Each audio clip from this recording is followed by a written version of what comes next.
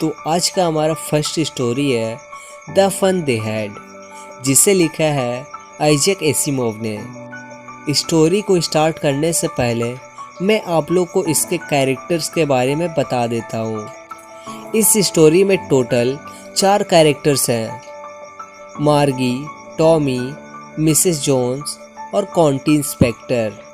मार्गी और Tommy 2 students हैं और मिसेस जोन्स मार्गी की मम्मी है और कॉन्टी इंस्पेक्टर मार्गी के घर आता है मार्गी का मैकेनिकल टीचर को ठीक करने के लिए। तो आप लोगों का बिना टाइम वेस्ट किए मैं सीधे स्टोरी को एक्सप्लेन करता हूँ। मार्गी 17 मई 2157 को अपनी डायरी में लिखती है कि आज टॉमी को एक रियल बुक मिली। क्योंकि यह स्टोरी फ्यूचर की है, इसलिए यहाँ पर रियल बुक वही बुक को कहा गया है जिसे कि अभी आप लोग जानते हो और पढ़ते हो। बुक बहुत ही पुराना था।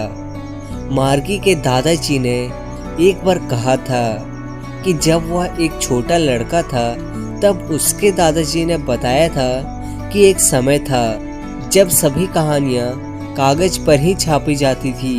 मार्गी ने उस किताब के पेजेस को पलटा और देखा। किताब के पेजेस पीले तथा मुड़े हुए थे और उसे उन शब्दों को पढ़ना एक मजेदार खेल लग रहा था। वे शब्द उसकी टेलीविज़न की स्क्रीन से बिल्कुल अलग थे।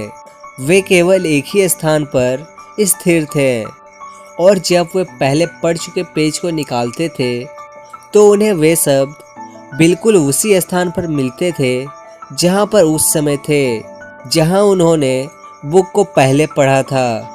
टॉमी कहता है यह कितनी अधिक बर्बादी है। मैं अनुमान लगाता हूँ कि जब आप इस किताब को पढ़ लेंगे तो आप इसे तुरंत फेंक देंगे। हमारे टेलीविज़न की स्क्रीन पर लाखों किताबें हैं और इसमें और बहुत सी आ सकती है। मैं इसे नहीं फेंकूंगा। और फिर मार्गी कहती है मेरी टेलीविज़न पर भी ऐसा ही है।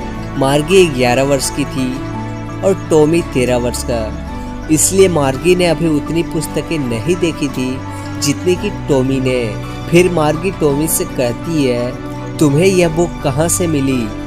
तब फिर टॉमी कहता है उसके घर से। फिर मार्गी पूछती है यह किस बारे में है? तब फिर टॉमी बताता है स्कूल के बारे में। फिर मार्गी नफरत वाला भावना से कहती है स्कूल के बारे में लिखने की क्या बात है? मैं स्कूल से नफरत करती हूँ। अब यहाँ पर बताया जाता है कि मार्गी को स्कूल से इतना नफरत क्यों है। तो चलिए मार्गी का फ्लैशबैक में। मार्गी हमेशा से ही स्कूलों से नफरत करती थी, लेकिन अब मार्गी इसे पहले से भी अधिक नफरत करने लगी थी क्योंकि मैकेनिकल टीचर उसे ज्योग्राफी में टेस्ट के बाद टेस्ट दिए जा रहा था और वह बार बार बुरा ही बुरा प्रदर्शन कर रही थी। तब उसकी माँ दुखी से अपना सिर हिलाती है और कॉन्टी इंस्पेक्टर को बुलाती है। कॉन्टी इंस्पेक्टर एक लाल चेहरे वाला गोल मटोल सा व्यक्ति था और वह अपने साथ औजारों और तारों का एक बक्सा लेकर आया। वह मार्गी के ऊपर मुस्कुराया और उसे एक सेब दिया। फिर मैकेनिकल टीचर को खोल दिया।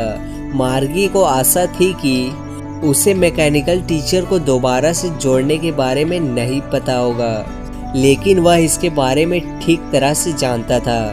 और लगभग 1 घंटे के बाद मैकेनिकल टीचर फिर से पहले जैसा हो गया और यह एक बड़े पर्दे वाला काला और भद्दा सा था जिस पर सभी पाठ दिखाए गए थे और प्रश्न पूछे गए थे। वह कुल मिलाकर इतना भी बुरा नहीं था, लेकिन जिस भाग से मार्गी को सबसे अधिक नफरत था वह था खाली स्थान जहां उसे अपने होमवर्क और टेस्ट पेपर डालने पड़ते थे। उसे उनको हमेशा एक पेज कोड में लिखना पड़ता था, जो कि उन्होंने मार्गी को तभी सिखा दिया था जब मार्गी सिर्फ 6 वर्ष की थी। और फिर मैकेनिकल टीचर तुरंत ही अंकों को कैलकुलेट कर देता था। अपना काम करने के बाद इंस्पेक्टर मुस्कुराया और मार्गी के सिर पर थपथपाया और उसने मार्गी के माताजी से कहा, श्रीमती जोन्स, यह छोटी लड़की की कोई गलती नहीं है। मुझे लगता है कि ज्योग्राफी वाले हिस्से की गति थोड़ी अधिक हो गई थी। ऐसी चीज़ें कई बार हो जाती है। अब मैंने इसकी गति को एक एवरेज 10 वर्ष की लड़की के स्तर पर सेट कर दिया है। वास्तव में उसकी प्रोग्रेस का नमूना कुल मिलाकर संतोषजनक है। और वो फिर से मार्गी के सिर को थपथपाता है। मार्गी निराश थी। उसे आशा थी कि वह टीचर को अपने साथ ले जाएगा। एक बार वे टॉमी के टीचर को लगभग 1 महीना के लिए ले गए थे, क्योंकि उसका हिस्ट्री वाला भाग एकदम से बिल्कुल साफ हो गया था। तो बस यहीं पे मार्गी का फ्लैशबैक ख़त्म होता है। इसलिए मार्गी अब टॉमी से कहती है कि कोई स्कूल के बारे में भला क्यों लिखेगा। टॉमी फिर बहुत ही अलग नज़रों से उसकी ओर देखता है और कहता है, क्योंकि यह हमारी तरह का स्कूल नहीं था। मूर्ख, यह एक पुरानी किस्म का स्कूल था जो कि सैकड़ों वर्षों पहले हुआ करते थे। उसने एक विशेष अंदाज में शब्दों का सावधानी पूर्वक उच्चारण करते हुए कहा, शताब्दियों पहले। मार्गी हर्ट हुई और कहती है, ठीक, मुझे नहीं मालूम कि उनके पास इतने समय पहले किस प्रकार का स्कूल था। और फिर मार्गी थोड़ी देर के लिए किताब को पढ़ती है और कहती है, चाहे जो भी हो, उनका भी तो टीचर होता था। तब फिर टॉमी कहता है, हाँ, निश्चित रूप से उनका एक टीचर होता था, लेकिन यह एक नियमित टीचर नहीं था। यह एक इंसान था। एक इंसान कैसे टीचर बन सकता है? अच्छा, वह लड़कों और लड़कियों को चीज़ों के बारे में बताता होगा और उन्हें होमवर्क देता होगा, और क्या उनसे प्रश्न पूछता होगा। एक इंसान टीचर इतना स्मार्ट बुद्धि वाला नहीं हो सकता है। फिर टॉमी कहता है, वह निश्चित रूप से हो सकता है। मेरे पिताजी उतना ही जानते हैं जितना कि मेरा टीचर। वह लगभग सब कुछ जानते हैं। मैं शर्त लगाता हूँ। देखो यार, यहाँ पे मार्गी लड़ने और झगड़ने के मूड में नहीं थी। इसलिए वो फिर कहती है कि मैं एक अजनबी से पढ़ना नहीं चाहूँगी। टॉमी हंसकर चिल्लाता है और कहता है, मार्गी, तुम बहुत अधिक नहीं जानती हो। टीचर घर में नहीं रहते थे। उनका एक स्पेशल बिल्डिंग होता था और सभी छोटे बच्चे वहाँ जाते थे। और फिर मार्गी पूछती है, और क्या सभी बच्चे एक समान चीज़ें को सीखते थे? तब फिर टॉमी कहता है, हाँ बिल्कुल, यदि वे सभी एक समान एज के होते तो। फिर आगे मार्गी कहती है, परंतु मेरी माताजी कहती है कि एक टीचर को हर एक लड़के और लड़की जिसको वह पढ़ाता है उसके मानसिक स्तर के अनुसार उसे एडजस्ट किया जाता है, और प्रत्येक बच्चे को अलग अलग तरीके से पढ़ाना पड़ता है। फिर टॉमी कहता है, इस प्रकार का कार्य वे उस समय नहीं करते थे। यदि तुम इसे पसंद नहीं करती हो तो तुम्हें किताब को पढ़ने की ज़रूरत नहीं है। मार्गी फिर एकदम से कहती है, मैंने यह तो नहीं कहा कि मैं इसे पसंद नहीं करती हूँ। वह उन मजाकिया स्कूलों के बारे में पढ़ना चाहती थी। उन्होंने अभी आधी बुक को पढ़ा भी नहीं था कि तभी मार्गी की माँ ने आवाज़ लगा दी, मार्गी, स्कूल। मार्गी ने ऊपर की ओर देखा और कहा, मम्मी, अभी नहीं। तभी फिर श्रीमती जोन्स कहती है, अभी, और शायद टॉमी का भी समय हो गया होगा।